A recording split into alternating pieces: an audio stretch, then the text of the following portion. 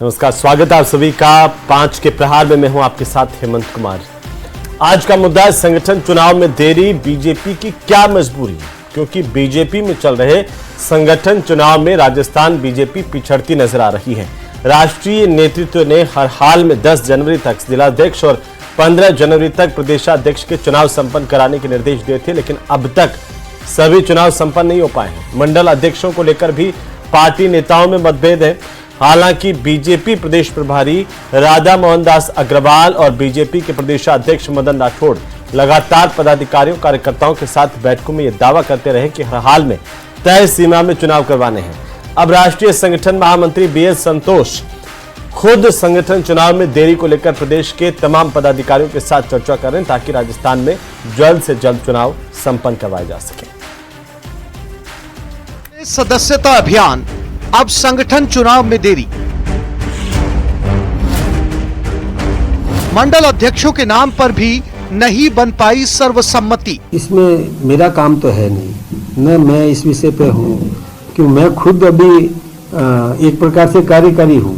तो जो चुनाव जिनको करवाना है वो चुनाव करवा रहे हैं। दूसरे राज्यों की तुलना में क्यों पीछे राजस्थान बीजेपी? छोटे छोटे पदों के लिए भी पदाधिकारियों की जो आपसी खींचतान है और जो नेताओं की खींचतान है, उसके कारण भारतीय जनता पार्टी अपने संगठन के चुनाव भी संपन्न कराने में असमर्थ है। चिंतन मंथन का दौर जारी, जल्द चुनाव करवाने की तैयारी। संगठन चुनाव में देरी, बीजेपी की क्या मजबूरी? तो संगठन चुनाव को लेकर के हो रही देरी पर संगठन के जो प्रभारी हैं वो लगातार अब नजर बनाए हुए हैं।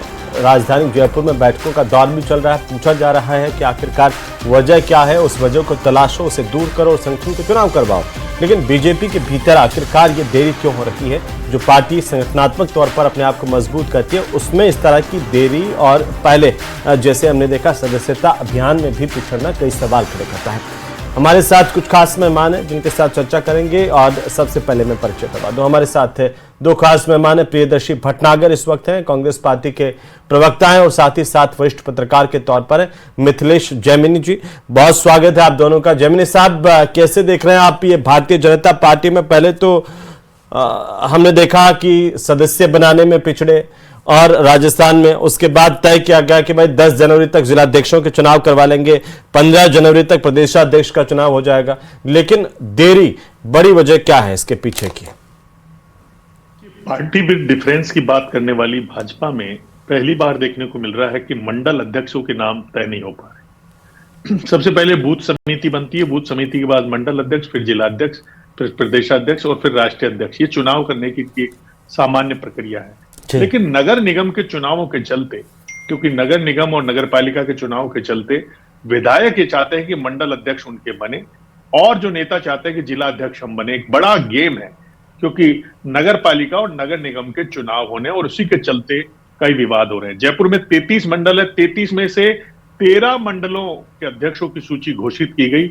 उनमें जो शास्त्री नगर का अध्यक्ष है गजानंद योगी, मंडल अध्यक्ष बना दिया गया।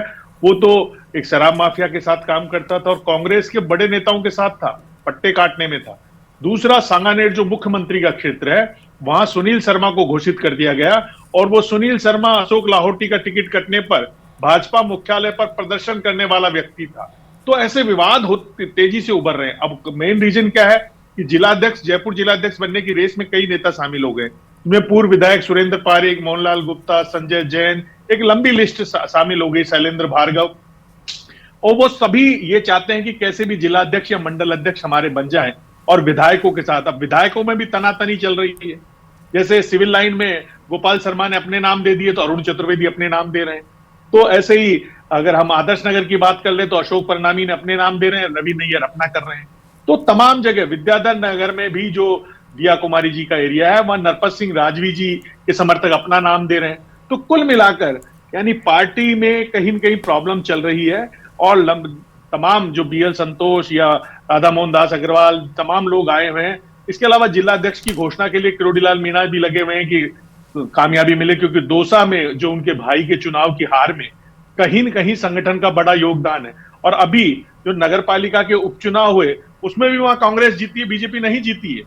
ये एक और चिंता का विषय है कि कहीं न कहीं कमजोर संगठन, जो पार्टी हमेशा कांग्रेस पर आरोप लगाती रही है कि उनके आपदा में अवसर बना ढूंढते हुए जो प्रदेश अध्यक्ष बने गोविंद सिंह डोटासरा, वो अपना अब तक कार्यकारिणियां घोषित नहीं कर पाए। लेकिन अब जिस तरीके का नजारा सत्ता में आने के बाद मिल रहा है, और वो मेजर रीजन यही है कि वार्ड पंचों के और वार्ड जो नगर पालिका और नगर निगमों के वार्ड अध्यक्षों के टिकट बांटने में बड़ा खेला होने वाला है जी। और सरकार पर सीधा दखल रहे।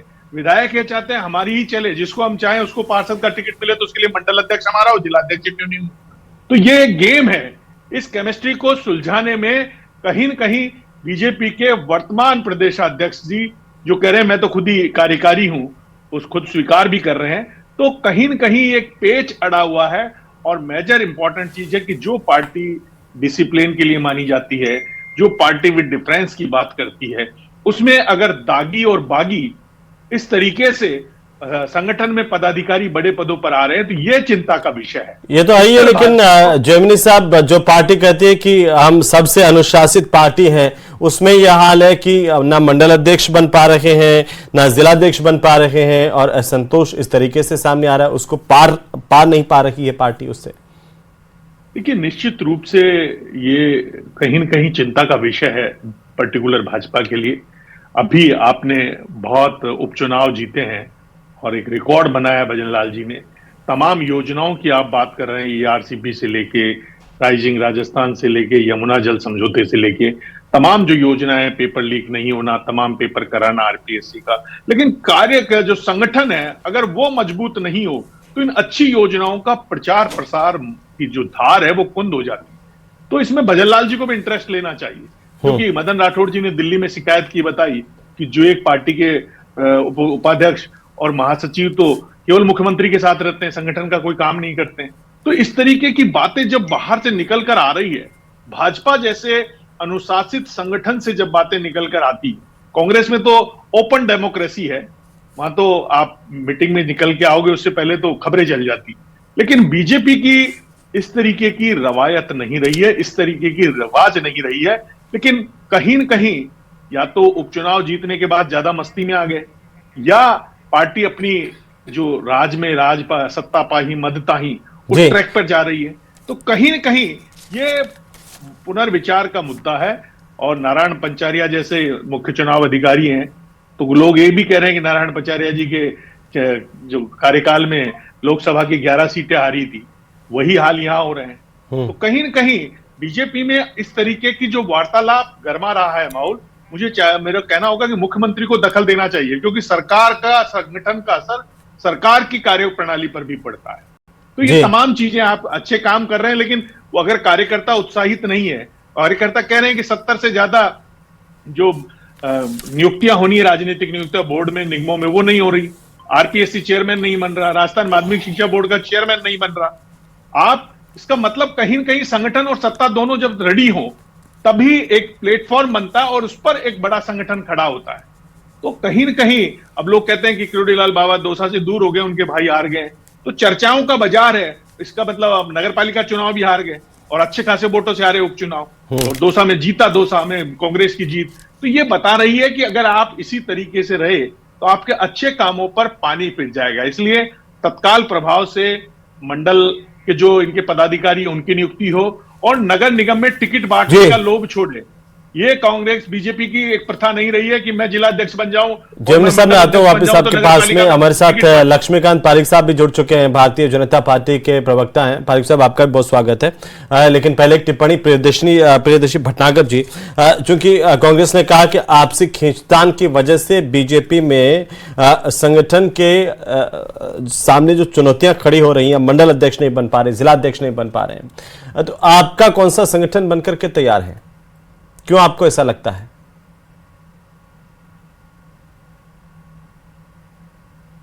भटनागर साहब, आपकी आवाज नहीं आ रही है। जी 12 महीने से राजस्थान बीजेपी के अंदर गुटबाजी और नूरा कुश्ती चल रही है, और ये दोनों चीजें चल रही हैं सरकार और संगठन के बीच में। आपको मैं एक उदाहरण याद दिलाता हूं। मदन राठौड़ जी ने प्रदेश युवा मोर्चा की कार्यकारिणी घोषित करी थी, प्रदेश कार्य समिति की, 4 घंटे में उनको निरस्त करनी पड़ी क्योंकि मंत्रियों का दबाव था, उनके इच्छुक लोगों को शामिल नहीं किया गया था।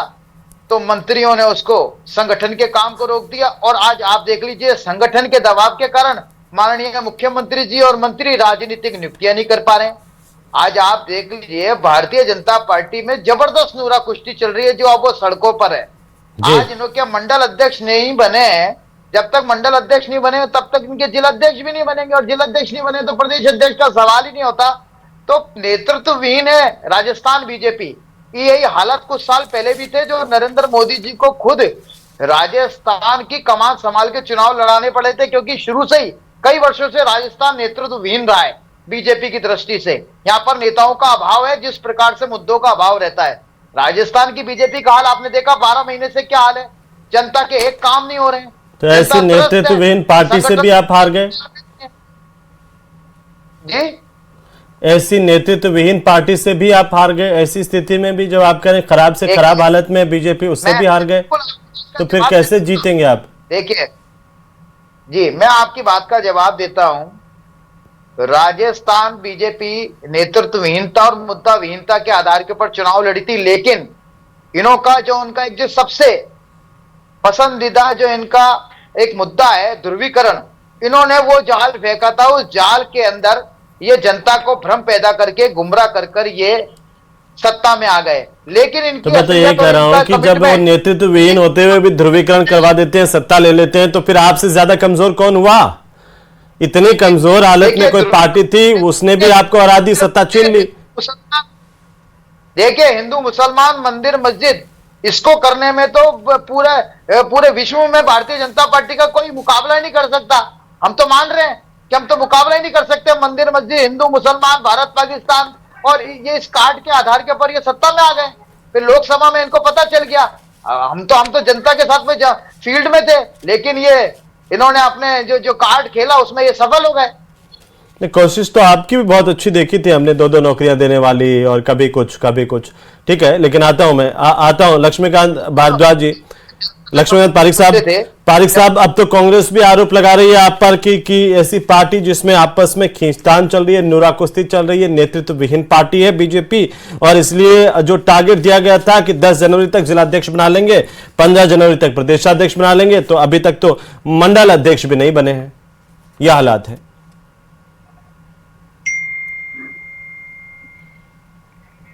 पारिक साहब अनम्यूट कर दीजिए, वैसे भी आपकी आवाज आजकल कम ही पहुंच रही है। आपको शायद लगता है मेरी आवाज कम पहुंच रही है, लेकिन मेरी आवाज पूरी बुलंदी के साथ जहां जानी है वहां अब आई है ना बुलंदी के साथ, तो सुन रहे हैं, बोलिए।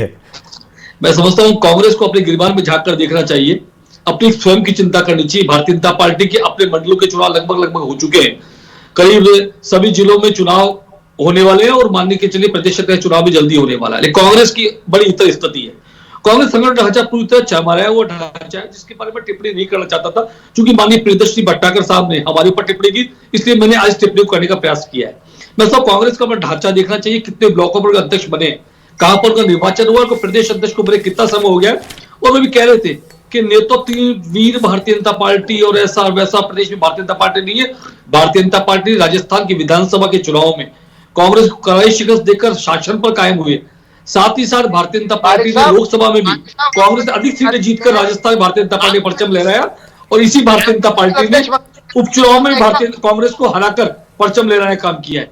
और मैं समझता हूं भारतीय जनता पार्टी का लगातार सम्मान ढांचे के माध्यम से हो या सरकार के कामों के आधार पर हो, भारतीय जनता पार्टी जनता के बीच जाकर अपने काम को रखने का लगातार प्रयास कर रही है, उसमें सफल रही है। पारिक साहब ये नहीं बताया कि आखिरकार ये देरी क्यों हो रही है कि भाई ढांचे में मंडल अध्यक्ष नहीं बन पा रहे हैं, जिला अध्यक्ष की आज का टाइमिंग 2 दिन ऊपर हो गया है।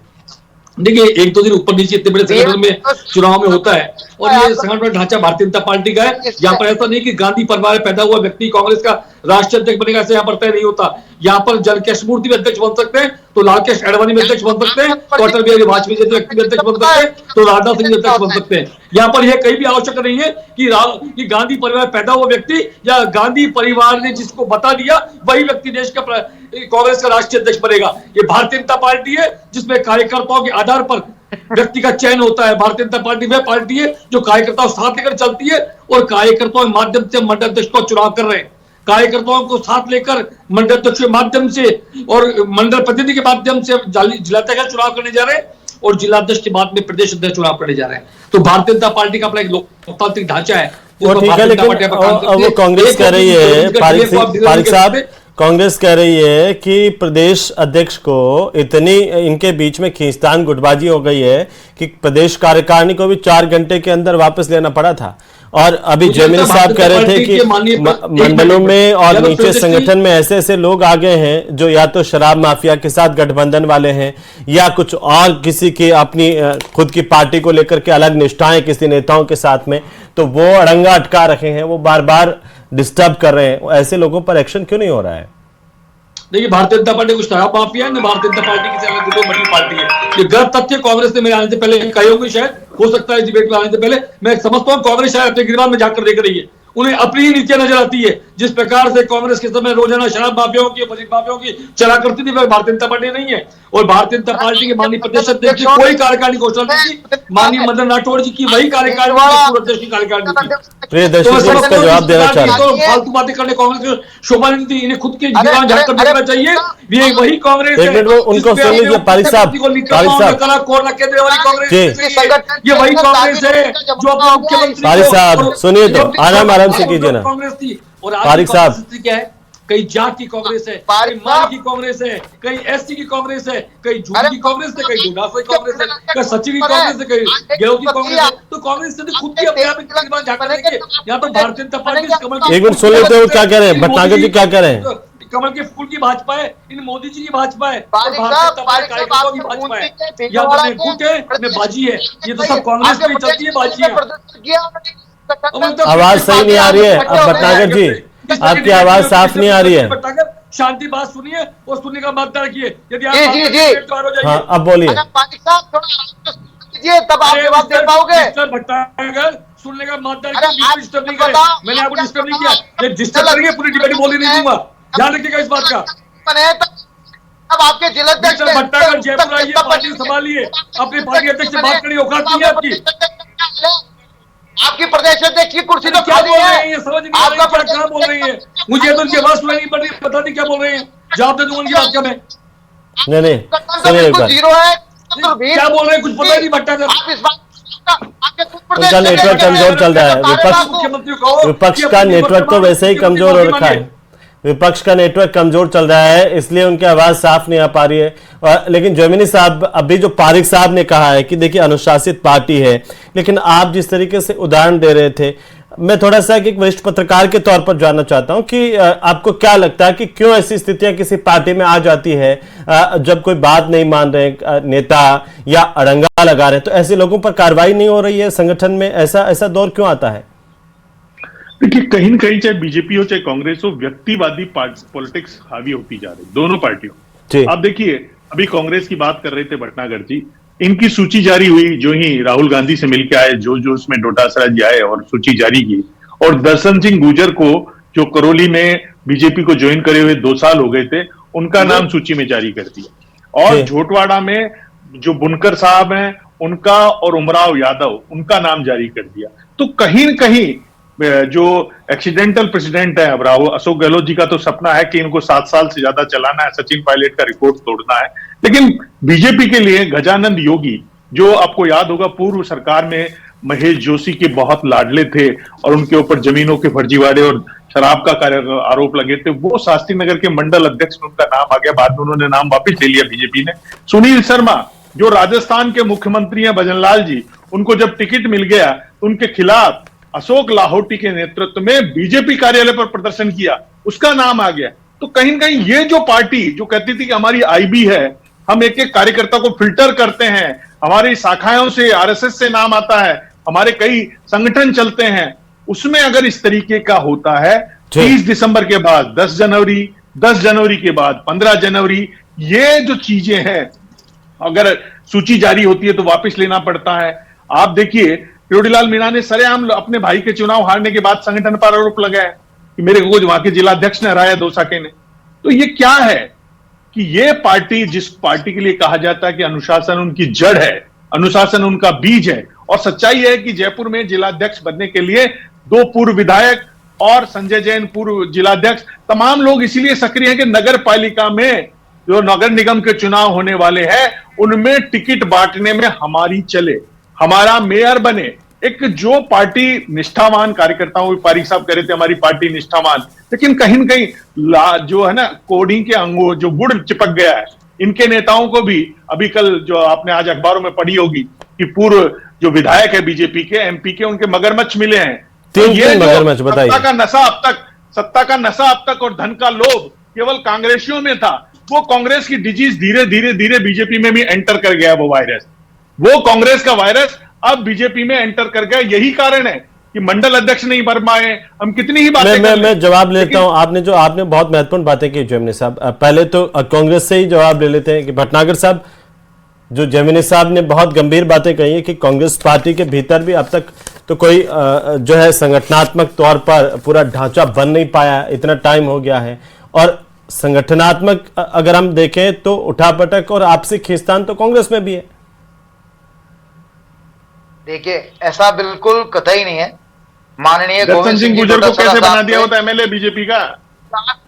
4 साल पूरे हो चुके हैं, 4 साल पूरे हो चुके हैं गोविंद सिंह जी डोटासरा जी के, और अभी उनको राष्ट्रीय हाईकमान के द्वारा अभी प्रदेश कार्यकारिणी घोषित होगी। प्रदेश कार्यकारिणी के अलावा हमारे सारे जिलाध्यक्ष हैं और हमारा प्रदेश कार्य समिति काम कर रही है। हमारे तो विस्तार की स्थिति बन रही है, हमारा तो संगठन काम कर रहा है, कोई विवाद की बात नहीं है। सारी जगह हमारी नियुक्तियां है। लेकिन भारतीय जनता पार्टी में तो बड़ी विचित्र स्थिति है। भारतीय जनता पार्टी के अंदर अब आज ये बताइए, इनके जब मैं इनको बता रहा था तब उनको सुनाई नहीं आ रहा था। इनके बूंदी के भीलवाड़ा के मंडल अध्यक्षों ने इनके भाजपा प्रदेश कार्यालय के ऊपर प्रदर्शन किया है कि संगठन के अंदर दागी लोगों को ये मंडल अध्यक्ष बना रहे। तब आज ये मंडल अध्यक्ष की इनका गठन नहीं हुआ है तो फिर ये जिलाध्यक्ष कैसे बनाएंगे? और जब तक जिलाध्यक्ष नहीं बनाएंगे तब तक ये प्रदेश नेतृत्व कैसे काम करेगा? इसका जवाब दे रहे हैं पारिक साहब। पहले तो कांग्रेस का जवाब और फिर जयमिनी साहब ने जो एक एक करके बड़ी बातें कही है उनका जवाब लूंगा मैं। सबसे कांग्रेस की बात कर देता हूँ। भारतीय जनता पार्टी का हर जिले पे हर मंडल पर संगठन बना हुआ है। वर्तमान में भारतीय जनता पार्टी का एक भी ऐसा मंडल नहीं है मंडल का अध्यक्ष नहीं हो, बूथ का अध्यक्ष नहीं हो, शक्ति केंद्र का प्रमुख नहीं हो।